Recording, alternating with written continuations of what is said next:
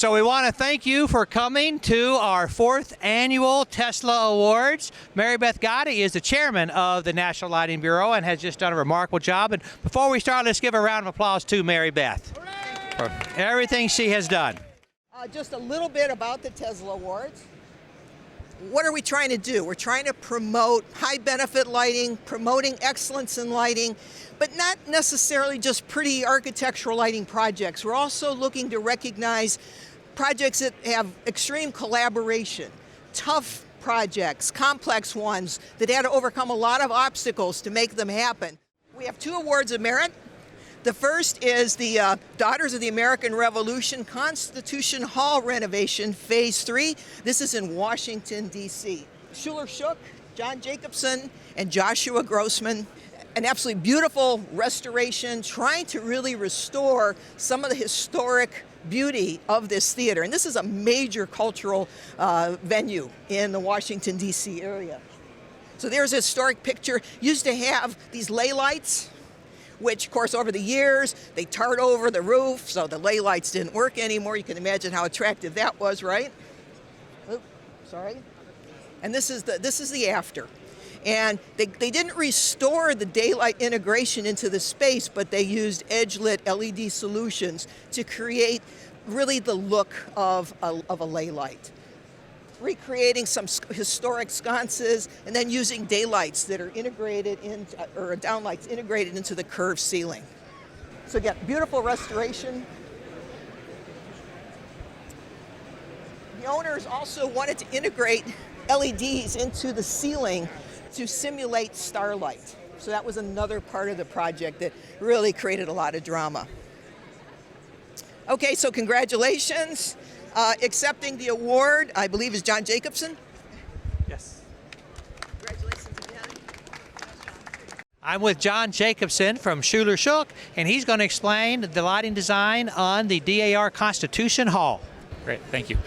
So DAR Constitution Hall is not only the home of the DAR, but it's also a major cultural institution within Washington, D.C.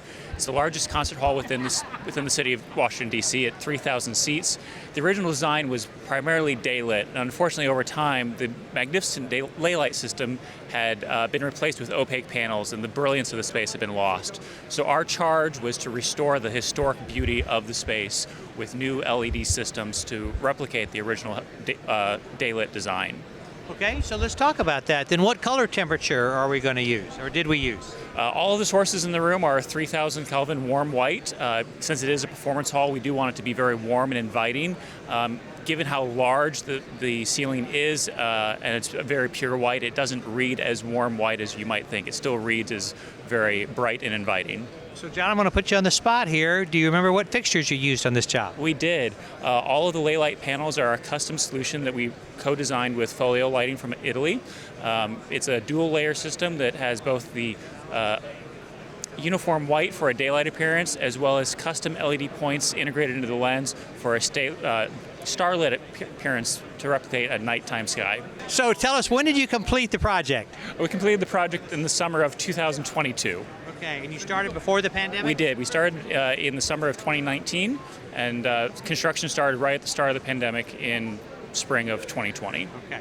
Well, congratulations on a great job and on the award. Thank you. Thank you, John. Our second award of merit is the dairy at Central Park. So very historic Victorian structure at Central Park in New York City. We have to go take a look at that, right? We do. Yeah, there you go. So again, Klein, Bettridge, Bernstein lighting design, Michael Hennes, Renata Gallo, and Amir Alkama, if I'm saying that correctly. So this is, again, beautiful lighting that enhances this very historic structure. And the judges really appreciate using lighting to recreate really a very beautiful building. And so it's not just a restored building, but it's a lighting that really brings it to life. The judges also appreciated the photometric modeling and really showing the good match between theory and practice. So modeling really does work, right? Great job. Michael Hennes will accept the award for Klein, Bettridge, Bernstein. Congratulations. Thank you. All right, Michael Hennes from CBB is going to talk a little bit about the dairy at Central Park. Mm-hmm. So the project is one of the many Victorian Gothic historic buildings that exist in Central Park. And all of this is under the maintenance control of the Central Park Conservancy. They raise the money to take care of all of these structures as well as the park as a whole. And they had the money to renovate this whole beautiful structure. So I've done a few different projects with the Conservancy, and they're a really talented group. They have their own landscape architects, preservationists, and so they really can work with you to put together lighting that treats the building appropriately given its historic status. And Central Park as a whole is a New York City landmark, a scenic landmark. So you have to take care with all of the work. So that makes it even do. more challenging. But tell our audience a little bit about the lighting and what you did there. So what we wanted to do was to really bring out the beauty of the structure. And the Victorian Gothic style has a lot of, for better or worse, call it gingerbread detailing, woodwork around it. And so we wanted to bring all of that out and to do it in a way that minimized visibility of fixtures. So you just saw the beauty of the architecture and the beautiful woodwork without having to see where the lighting's coming from. So lighting was concealed in eaves, and where we did have to expose fixtures on structure because it was all solid wood structure, we used fixtures that were very small in profile and were custom painted to match the woodwork. All right, I'm putting you on the spot here. Do you remember the fixtures that you used?